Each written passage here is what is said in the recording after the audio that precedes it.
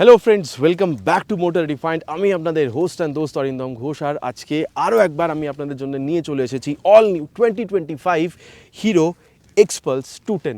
এবার title thumbnail থেকে আপনারা অলরেডি বুঝে নিয়েছেন, ভিডিওতে আপনাদের সাথে এই বাইকটার একটা ডিটেল রাইড রিভিউ শেয়ার করবো। আর শুধুমাত্র রাইড রিভিউ না, এখানে feature specification, price, mileage, everything in detail discussion করবো। বলবো আপনাদের যে এক্সিস্টিং যে 204B মডেল আছে এক্সপালসের, সেটার থেকে এটা কতটা ডিফারেন্ট আপনি পাচ্ছেন, সো দ্যাট ভিডিওর এন্ড পর্যন্ত যেন আপনার কাছে একটা ক্লিয়ার আইডিয়া থাকে যে এই বাইকটাকে যদি আপনি 200-250 সিসির মধ্যে অ্যাজ অ্যাডভেঞ্চার বাইক হিসেবে কিনতে চান, তাহলে বাইকটা আপনাদের জন্য কেনা কতটা ঠিক হতে পারে। তবে চলুন দেরি না করে শুরু করা যাক। বন্ধুগণ, রাইডে যাওয়ার আগে ছোট্ট একটা ওয়াকারাউন্ড শেয়ার করবো, বিকজ ডিটেল ওয়াকারাউন্ড অলরেডি চ্যানেলে আপনারা পেয়ে যাবেন। তার আগে কিটা দেখে নিন, এরকম একটা ওয়েভ কি আপনারা পাচ্ছেন, ঠিক আছে? এখানে বলতে পারেন কারিজমা বা এক্সট্রিম 250R এর মতন কিন্তু ব্যাপারটা এখানে আছে।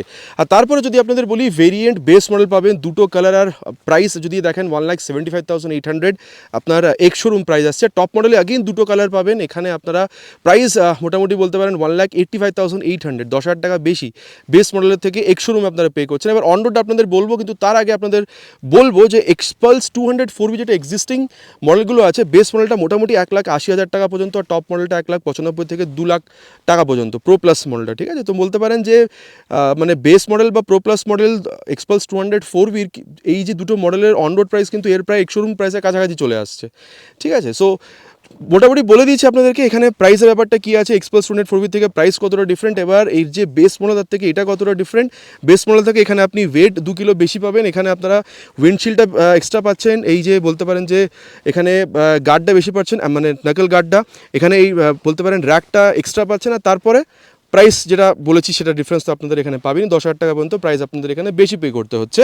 এরপরে যদি দেখেন এখানে 295mm এখানে বড় এই যে বলতে পারেন যে উইন্ডশিল্ড, সেটা আপনারা পেয়ে যাচ্ছেন। অ্যান্ড দেন এখানে যদি দেখেন এখন আপনারা কিন্তু এক্সপালস 204B মতন অনেকটা সিমিলার, এখানে আপনারা অল এলইডি ক্লাস ডি বলতে পারেন, এখানে ডুয়াল প্রজেক্টর এলইডি হেডল্যাম্পের সাথে এই হেডল্যাম্পটা আপনারা এখানে পাচ্ছেন। এখানে অটো ইলুমিনেশন আছে, মানে বাইরে লাইটটা বন্ধ হয়ে গেলে, মানে কম হয়ে গেলে আপনার এখানে লাইটটা জ্বলে উঠবে। তার সাথে এখানে দেখতেই পাচ্ছেন হ্যাজার্ড ল্যাম্পের এই ব্লিঙ্কার্সগুলো এখানে আছে, উইচ ইজ কমপ্লিটলি বলতে পারেন যে ফ্লেক্সিবল। আর তারপরে এটাকে এখানে অফ করি, আর সামনে এখানে কিন্তু আপনারা গ্র্যাব বারটা পাচ্ছেন, মানে যদি ফেসে যান কোথাও অফ রোডে, টেনে গাড়িটাকে বের করা যাবে। তারপরে এখানে বলতে পারেন মাডগার্ডটা যথেষ্ট ভালো, আর কোম্পানির বক্তব্য এখানে এয়ার ফ্লোর জন্য সুন্দর এখানে একটা জায়গা করে দেওয়া হয়েছে। আর রেডিয়েটারের সেটআপটা কিন্তু আপনারা ওখানে দেখতে পাচ্ছেন, ঠিক আছে?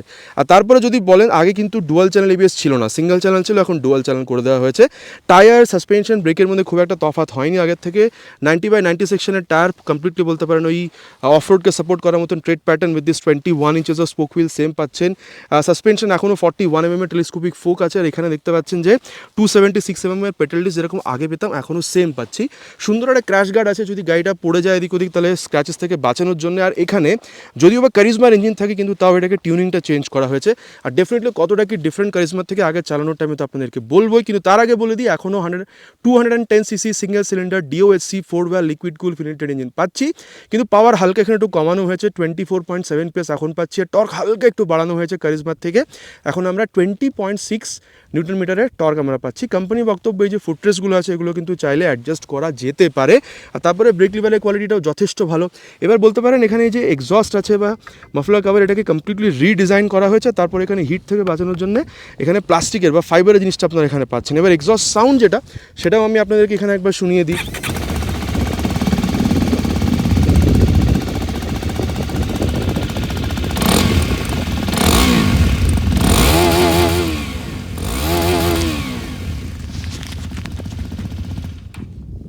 মোটামুটি আওয়াজটা আপনারা শুনে নিয়েছেন। এবার যদি রিয়ারে দেখেন, সুন্দর একটা কিন্তু এখানে এলইডি টেল ল্যাম্প, ফ্রন্টের মতন সেম এলইডি ব্লিঙ্কার্স, নাম্বার প্লেট লাগানোর জায়গা, রিফ্লেক্টার, ওপরে এখানে একটা লাইট জ্বলছে। আগের মতন এখনও 120/80 সেকশনের tyre with 18 inches of spoke wheel, 220mm এর এখানে petrol disc with this Nissin caliper and বলতে পারেন বক্স সুইঙ্গাম। আর এখানে 10 স্টেপ অ্যাডজাস্টেবল লিঙ্কেজ টাইপ এখানে এই যে মনোশক, এটা আপনারা এখানে পেয়ে যাবেন। আর তারপরে ওয়েট অলরেডি বলেছি 2 কিলো বেশি, এখানে 170 কিলোগ্রাম পর্যন্ত আপনারা ওয়েট পাচ্ছেন। লেফটে আসলে এই যে open chain system, main stand তো আগেও ছিল না, side stand, 6 speed gear box, 1 down 5 up, এটা আমরা এখানে পাচ্ছি। আর এখানে এই যে ইঞ্জিনটাকে বাঁচানোর জন্য বলতে পারেন এখানে যে ব্যাশ প্লেট, এটা কিন্তু আমরা এখানে মেটালিক পেয়ে যাচ্ছি। সিট হাইট মোটামুটি আগের বেস মডেল থেকে 5mm মতন বাড়ানো হয়েছে, 830mm বলতে পারেন। এবার কুশনিংয়ের ব্যাপারটা আগে বলবো, কিন্তু হ্যাঁ, হাইট যদি আপনার 5'7" পর্যন্ত হয়ে থাকে তাহলে খুব একটা অসুবিধা হবে না। আর এখানে সুন্দর বলতে পারেন এখানে গ্র্যাব হ্যান্ডেল দেওয়া আছে, 13 লিটারের মোটামুটি ট্যাঙ্ক আছে, আর মাইলেজ 35 থেকে 40 পর্যন্ত আপনারা এক্সপেক্ট করতে পারেন। গ্রাউন্ড ক্লিয়ারেন্স আগের মতনই আছে, 220 mm মতন বলতে পারেন। হ্যান্ডেলবারটা যথেষ্ট চড়া, ফিলটার ব্যাপারে আগে আপনাদের বলবো।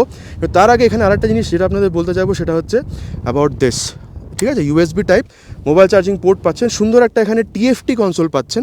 আর হ্যাঁ, আরেকটা যেটা বলতে ভুলে যাচ্ছিলাম, বেস মডেলে কিন্তু LCD আছে, ঠিক আছে, কিন্তু ব্লুটুথ দুটোতেই আছে।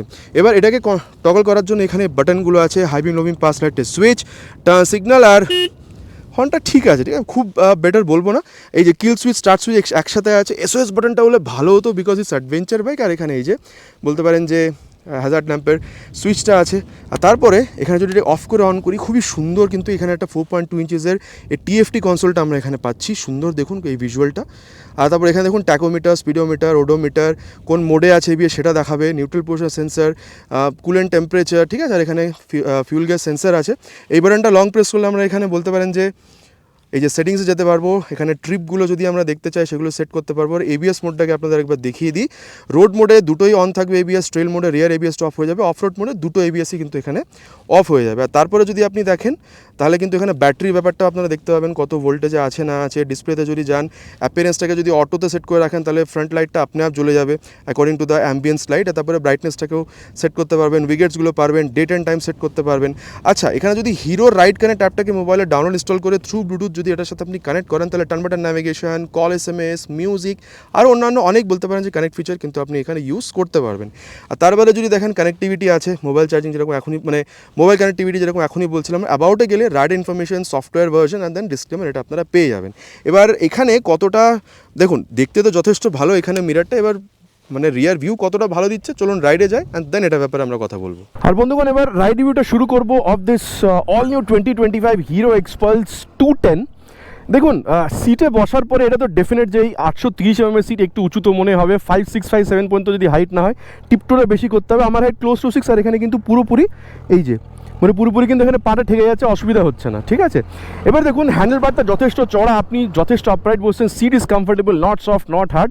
আর আগের এক্সপালস থেকে একটু বলতে পারেন চড়া হয়েছে, কিন্তু হ্যাঁ স্পেসের কোনো অসুবিধা হবে না আপনি বা পিলিয়ন যদি বসছেন তাহলে, ঠিক আছে। এবার চলুন তবে আর টাইম ওয়েস্ট না করে স্টার্ট করা যাক।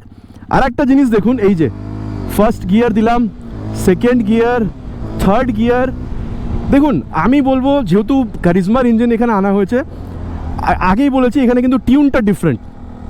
সো এটা কথা আছে, মানে অ্যাক্সিলারেশন আমি বলবো কারিজমার মতন অতটাও নয়, কিন্তু হ্যাঁ ভালো, যথেষ্ট ভালো। কিন্তু একটা ব্যাপার আছে, মানে এই জিনিসটা দেখছেন কোম্পানি নিজেই বলছে মোটামুটি 3000 RPM পর্যন্ত 70% চলে আসছে টর্ক বাই পাওয়ার, যেটা যদি বলেন তাহলে। সো এখানে কিন্তু ডেফিনেটলি ব্যাপারটা আপনি পাচ্ছেন, ঠিক আছে। মানে পাওয়ার টর্কের যে ফিলটা না, মানে ওটা কিন্তু আপনি পাচ্ছেন এখানে, মানে সেটাতে কোনো অসুবিধা আপনার হবে না। আর দেখুন এটা কিন্তু ট্যুরিং বা বলতে পারেন অ্যাডভেঞ্চার বাইক, যেখানে আপনার লোডের সাথে বাইকটা কতটা ভালো যাচ্ছে সেটা আপনার দরকার, তাই না।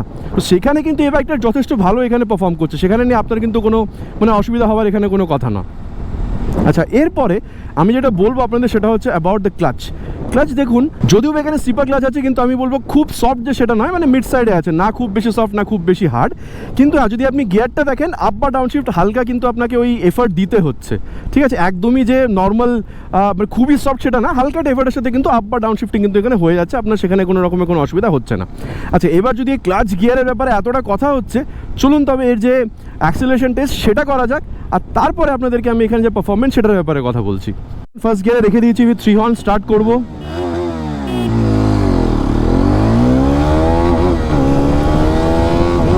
$60 crossed. Let's see. We'll go till road permits. 100 crossed. দেখো স্টেবিলিটিতে কোনো প্রবলেম নেই, 120 ক্রস হয়ে গেছে 5th গিয়ারেই। আচ্ছা, 6th গিয়ারে দিয়ে 125-26 পর্যন্ত গেলাম। এরপরে আমার মনে হয় না যে একটা অফরোড বাইকে এতটাই লাভ আছে, বাট স্টিল পারফরমেন্সটা জানা উচিত ছিল, সেজন্য আপনাদের দেখালাম। দেখুন 6th গিয়ারটা আমার মনে হচ্ছে যে ইজ বেটার গিভেন ফর এরকম ক্রুজিংয়ের জন্য। খুব একটা স্পিড আপনি হয়তো ওখানে পাবেন না। আর ভাইব্রেশন যদি দেখেন মোটামুটি 80-90 পর্যন্ত খুব বেশি নিয়ে, তারপরেও যদি কমফোর্টেবল ক্রুজিং স্পিড আমাকে জিজ্ঞেস করেন আমি বলবো মোটামুটি 105 থেকে 10-এর মধ্যে। আর স্টেবিলিটির এখানে কোনো অসুবিধা নেই, আমি আপনাদের 125-26 পর্যন্ত টেনে দেখিয়েছি, কোনো অসুবিধা নেই। আমি যখন এক্সট্রিম অফরোডিং করেছি এটাতে, আপনারা ফুটেজগুলো এখনই পাবেন, তখন হালকা ওই রেডিয়েটার চলছিল, কিন্তু এখন তো আবার দেখছি মানে কোনো রকমের কোনো অসুবিধাই নেই, ঠিক আছে। তো ইঞ্জিন হিটিংয়ের আপনার খুব একটা প্রবলেম হবে না। আর আবার বলবো মাইলেজ যদি দেখেন মোটামুটি আপনি 35 থেকে 40 পর্যন্ত এখানে এক্সপেক্ট করতে পারেন, কিন্তু যদি হার্ডকোর অফরোডিং করেন সেখানে হয়তো মাইলেজ একটু কমবে, হয়তো মানে 28, 30, 32 এরকম হয়তো আপনারা পেতে পারেন, ঠিক আছে। আর বন্ধুগণ এবার যেটা বলবো সেটা হচ্ছে অ্যাবাউট ব্রেকিং, ঠিক আছে। মোটামুটি আমি এটাকে নিয়ে যাব 70 পর্যন্ত, তারপরে ফ্রন্ট ব্রেক করবো। 78-এ গিয়ে ফ্রন্ট ব্রেক করেছি, পেছনে কেউ নেই দেখেই ফ্রন্ট ব্রেকটা করেছি। দেখুন আমার মনে হয় 276 mm এর যে পেটেল ডিসটা আছে যথেষ্ট ভালো রেসপন্স দিচ্ছে, ঠিক আছে, মানে যথেষ্ট ভালো, ঠিক আছে। এখানে আপনার কোনো রকমের কোনো অসুবিধা হচ্ছে না। মানে দেখুন এখানে একটা ব্যাপার আছে, হাইওয়েতে যদি ক্রুজ করেন তাহলে পট করে দাঁড় করিয়ে দিলে অসুবিধা হতে পারে, তাই না? ওই পট করে দাঁড় করাচ্ছে না, কিন্তু যথেষ্ট ভালোভাবে দাঁড় করিয়ে দিচ্ছে, ঠিক আছে। ব্রেকিং বাইট ফিডব্যাক যথেষ্ট ভালো আপনি বলতে পারেন। আচ্ছা, এরপরে যদি আমি আপনাদেরকে রিয়ার ব্রেকটার ব্যাপারে বলি সেটা কীরকম সেটাও দেখা যাক। মোটামুটি নিয়ে যায় 70 পর্যন্ত, অ্যান্ড 70-তেই রিয়ার ব্রেকটা করেছি। আর এই যে এক্সট্রিম ব্রেকিং যখন করলাম তখন হালকা একটুখানি ওই এবিএসটা এসেছিলো লাস্টে, ডুয়াল চ্যানেল এবিএস, ঠিক আছে। আর এবার চলুন রিয়ারের সাথে সাথে ফ্রন্ট ব্রেকটাকে ইউজ করে দেখি। মোটামুটি ওই সেম স্পিডে নিয়ে যাব। এই যে 70-এর রিয়ার উইথ ফ্রন্ট, দেখুন যথেষ্ট ভালোভাবে দাঁড় করিয়ে দিচ্ছে কিন্তু, হ্যাঁ মানে যথেষ্ট ভালো ব্রেকিং আপনি এখানে পাচ্ছেন। আচ্ছা, কিন্তু একটা জিনিস আমি এখানে দেখলাম যে ফ্রন্ট ব্রেকিং যখন করছি না সাসপেনশনটা কিন্তু অনেকটা ডিপ হচ্ছে, এটা কিন্তু মাথায় রাখতে হবে, ঠিক আছে। আর এরপরে সাসপেনশনের ব্যাপারটা বলবো, দেখুন ফ্রন্ট হোক বা রিয়ার আমার মনে হয় একটু ওই সফট বা মিডের মধ্যে এটাকে এখানে সেট করা হয়েছে, ঠিক আছে, সো দ্যাট দেখুন মেনলি এটাকে ফোকাস করা হয়েছে ফর অফরোডিং।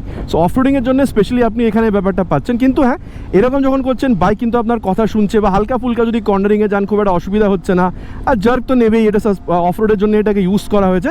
কিন্তু অলরেডি অ্যাক্সেলারেশনের টাইমে বলেছি মানে যদি এরকম হাইওয়েতেও ইউজ করেন টপ স্পিড, ঠিক আছে, হাই স্পিডেও কিন্তু আপনি এরকম কোনো রকমের কোনো ওই কন্ট্রোল লুজ করছেন না, এদিক ওদিক চলে যাচ্ছে বাইক সেরকম আপনার ফিল হচ্ছে না, ঠিক আছে। সাসপেনশন যথেষ্ট ভালো। এবার চলুন অফরোড পারফরমেন্সটা আপনারা দেখে নিন।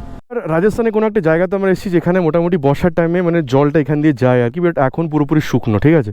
সো এখানে দেখুন একদম মানে ক্লিয়ার একটা অফরোডিং প্যাচ, মানে একদম বলতে পারেন প্র্যাকটিক্যাল অফরোড এক্সপিরিয়েন্স, যেটা আমি আপনাদের সাথে শেয়ার করতে চাইবো। চলুন তবে স্টার্ট করা যাক। আর এই যে দেখুন সাসপেনশন আর ব্রেকিং দুটো দেখবো। আচ্ছা, ব্রেকিং এখানে রোড মোডেই করে রেখেছি আমি, বাট আপনারা অফরোড মোডে করে এটা দেখবেন, ঠিক আছে। সো দেখুন নিচে কিন্তু টাচ হচ্ছে না, গ্রাউন্ড ক্লিয়ারেন্স 220 mm এর খুবই সুন্দর। নিচে এখানে আপনি টাচ হচ্ছে না, সেটা নিশ্চয়ই বুঝতে পেরেছেন। আওয়াজ তেমন কিছু নেই। এবারে বড় পাথরটার উপরে নিয়ে গিয়ে দেখি, ও সাসপেনশন মানে যা খেলছে মাইরি। আচ্ছা, এর আগে আমাদের সাথে আরেকজন ছিল, আমার পেছনে বসে এসেছিলো। তো তখন যখন আমরা দুজনে মিলে চালাচ্ছিলাম না, মানে দুজনে ছিলাম আর কি বাইকটা, যখন আমি চালাচ্ছিলাম তখন আমি এটা বুঝতে পেরেছি যে সাসপেনশন তখন প্রচণ্ড সফট হয়ে গেছে। সো এটা যেহেতু 10 স্টেপ অ্যাডজাস্টেবল, আমি রেকমেন্ড করবো নিজের মতো ওটাকে স্টিফ করে নিয়ে তবে ইউজ করবেন, তাহলে বেটার পারফরমেন্স পাবেন আর কি। আর একটু যদি দাঁড়িয়ে যদি শর্টটা নিই, এই যে যথেষ্ট ভালো কিন্তু, হ্যাঁ খুব একটা সাসপেনশন থেকে যে জার্ক সেটা কিন্তু আপনার ফিল হচ্ছে না। আর আমি ডেফিনেটলি বলবো নিজের হিসাব মতন এটাকে মানে ইউজ করার জন্যে রিয়ার সাসপেনশন যেটা অ্যাডজাস্টেবল ওটাকে অ্যাডজাস্ট করে নেবেন, তাহলে আপনারা একটা বেটার এক্সপিরিয়েন্স পাবেন, ঠিক আছে। আচ্ছা, এবার আবার একবার এই যে দাঁড়িয়েও যদি শর্টটা নিই, এই যে no no no no jerk at all, no problem at all. মানে হ্যাঁ আওয়াজ একটু জার্ক হয়তো বুঝতে পারছেন, কিন্তু কোমরেও যে ঝটকা সেরকম খুব একটা কিন্তু এখানে ফিল হচ্ছে না, ঠিক আছে। এবার এই রাস্তাটা দিয়ে গিয়ে দেখি, মানে সাসপেনশন ওভারঅল বলতে পারেন যথেষ্ট ভালো। এবার ব্রেকিংটাও একবার করে দেখবো, ফ্রন্ট ব্রেকটা দেখুন মোটামুটি 16 স্পিডে, হ্যাঁ যথেষ্ট ভালো। এরপরে এবার একবার রিয়ার ব্রেকটাও করে দেখি, এখানে মোটামুটি 12-13 স্পিডে, যথেষ্ট ভালো। মানে কি বলুন তো, স্লিপ করছে না।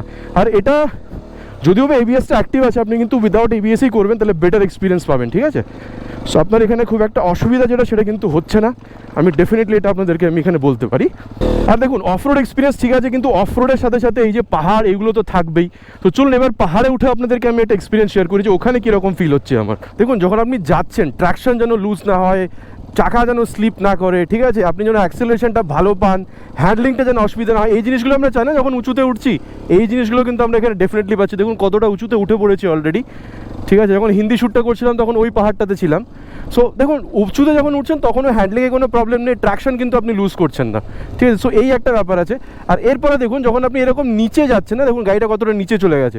নিচে গেলে যখন আপনি এই ক্লাচ থ্রটল গিয়ারটাকে যখন অ্যাডজাস্ট করছেন যাতে আপনি স্লিপ না হয়ে যান, এটাও কিন্তু দরকার। মানে উঁচুতে যতটা দরকার আমার মনে হয় তার থেকে নিচুতে আরও বেশি দরকার। এই যে দেখুন কতটা নিচু যাচ্ছি, মানে যেন হ্যান্ডলিংটা ঠিক থাকে, আর জন্য যখন ক্লাচ থ্রটল গিয়ারটা যখন অ্যাডজাস্ট করছি তখন যেন আমার প্রবলেম না হয়। সো এই দুটো ব্যাপার কিন্তু ডেফিনেটলি এই বাইকে যথেষ্ট ভালো। মানে আপে উঠতে গেলেও যতটা ভালো পাচ্ছি অ্যাক্সিলারেশন ব্রেকিং হ্যান্ডলিং, নিচে নামতে গেলেও অ্যাক্সিলারেশন ব্রেকিং হ্যান্ডলিং ততটাই আমরা ভালো পাচ্ছি। আর বন্ধুগণ এবার লাস্টে বলবো অ্যাবাউট দ্য ওভারঅল ফিল। এরকম যখন করছেন না বাইকটাকে, বাইকটা কিন্তু কথা শুনছে, কিন্তু 8 থেকে 10 কিলোগ্রাম যে বেড়ে গেছে আগে 200 এক্সপালস 4V থেকে, ওটা কিন্তু আপনার খুব একটা এখানে ফিল হচ্ছে না, ঠিক আছে।